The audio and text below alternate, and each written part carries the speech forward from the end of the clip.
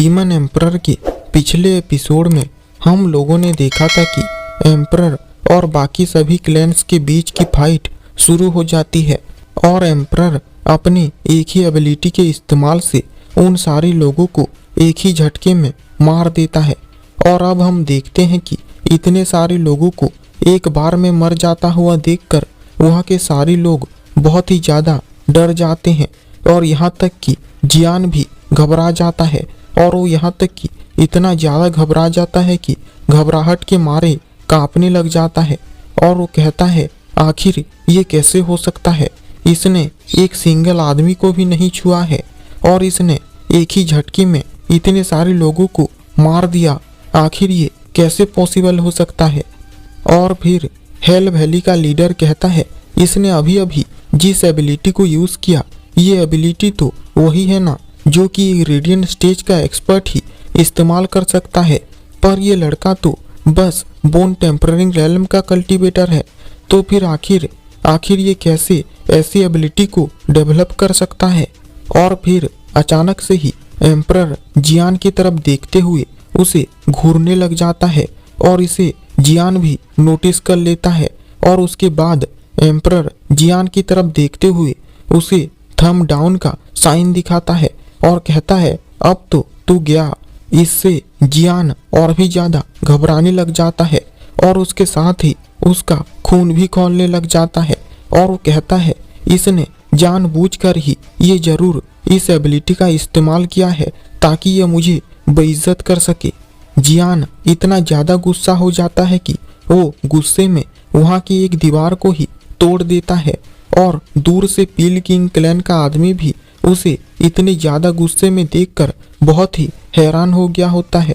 और तभी ही उसके पास हेल वैली का आदमी आता है और उसे कहता है क्या तुमने कभी भी यंग मास्टर को अपना आपा खोते हुए देखा है?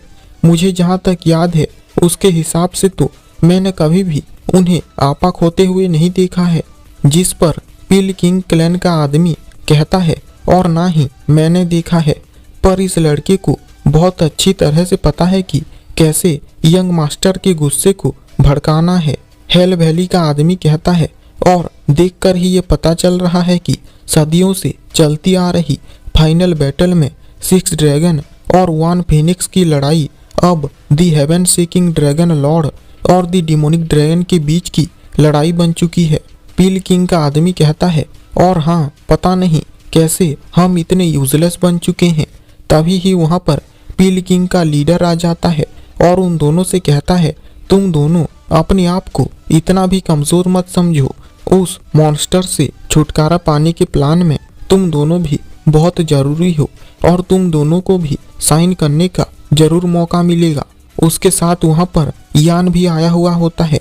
यान कहता है आपने बिल्कुल सही कहा, जब तक हमारे पास एक सॉलिड प्लान है और जब तक हम लोग साथ में मिलकर काम कर रहे हैं हम जरूर उसे मार देंगे। ये सुनकर पील किंग का आदमी उसका मजाक उड़ाते हुए उसे कहता है क्या अभी अभी तुमने हम कहा, तुम्हें लगता है कि तुम उसके सामने कुछ कर भी सकते हो और तुमने ये कैसे सोच लिया कि तुम हमारे लेवल में आ चुकी हो जो तुमने हम कहने की हिम्मत की।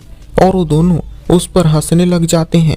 उसके बाद हम देखते हैं कि एम्परर उन बहुत सारी लाशों के बीच में खड़ा होता है और फिर वो आसपास देखता है और रेफरी से कहता है मुझे नहीं लगता है कि अब कोई मुझसे लड़ने आने वाला है, इसलिए तुम रिजल्ट अनाउंस कर दो। रेफरी भी अनाउंस करते हुए कहता है फाइनल बैटल के लिए क्वालिफाइंग राउंड के विजेता हैं विंडगेट सिटी के लू क्लैन।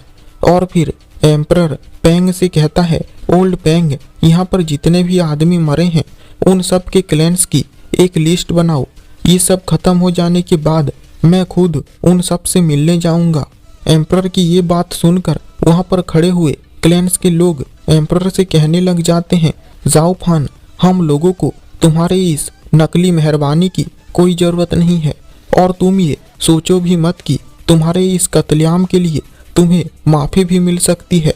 हम तुम्हें कभी भी माफ़ नहीं करेंगे और तुम अपनी पूरी ज़िंदगी में इस पाप का प्रायश्चित नहीं कर पाओगे। उन सब की ये बात सुनकर एम्परर उन लोगों से कहता है क्या माफ़ी, प्रायश्चित तुम लोग कुछ ज्यादा ही नहीं सोच रहे हो?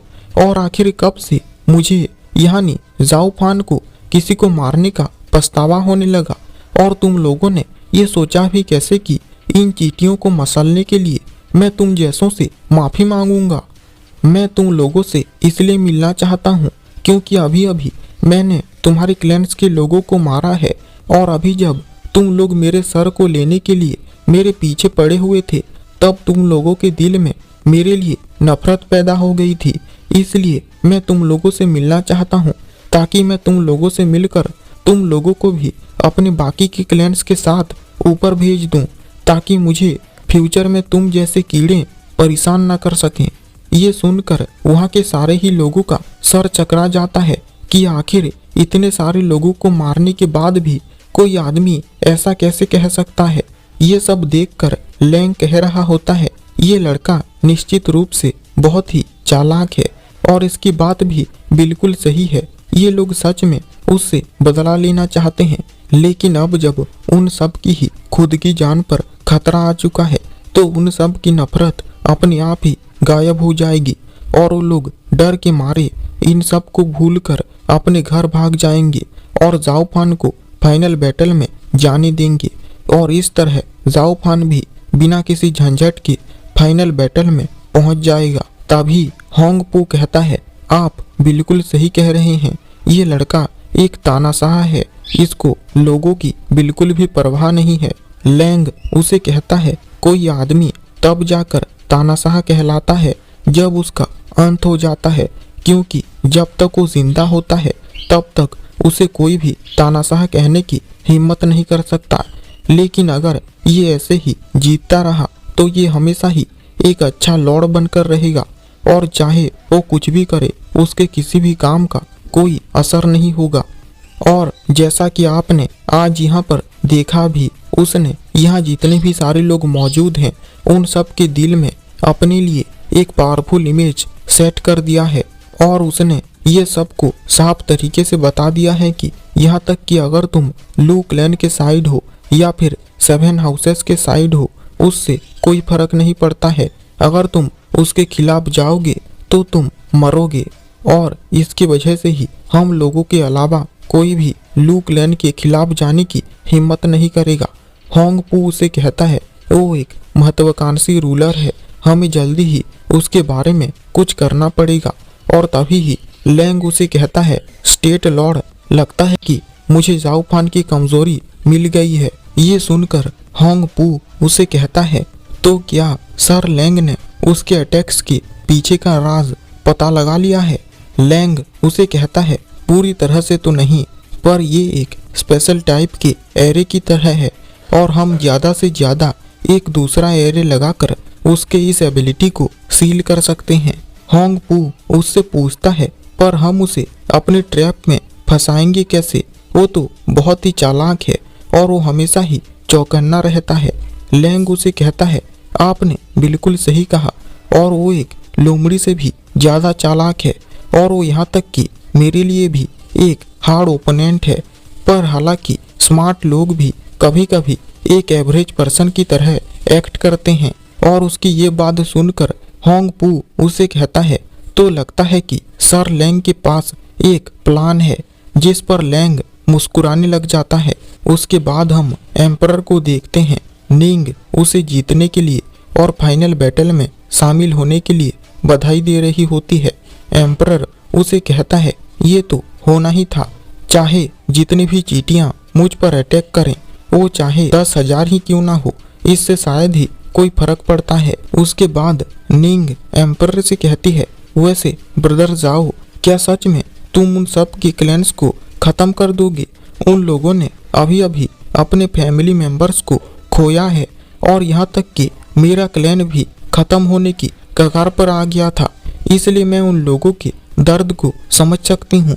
तो क्या तुम प्लीज उन लोगों को जाने दे सकते हो? एम्परर निंग के सर पर हाथ रखता है और बड़े ही प्यार से उसे कहता है, ठीक है निंग, कोई प्रॉब्लम नहीं है, मैं तो बस उन सब को डराना चाहता था ताकि वो मेरे खिलाफ जाने की सोचे भी नहीं। और अब जब मुझे जो चाहिए था वो मुझे मिल चुका है, तो उन लोगों को ख़त्म करने की कोई ज़रूरत नहीं है। एम्परर को ऐसे प्यार से बात करता हुआ देखकर दोनों लीडर बहुत हैरान हो जाते हैं और कहते हैं, क्या ये वही डीमन है जो अभी अभी इतने सारे लोगों को मारकर खुश हो रहा था? और तभी ही वहां पर टियान आकर एम्परर के हाथ को निंग के ऊपर से हटा देता है और एम्परर से कहता है, तुम अपना हाथ इसके ऊपर से हटाओ। क्या तुम्हें पता नहीं है कि तुम एक लेडी को ऐसे ही नहीं छू सकते हो?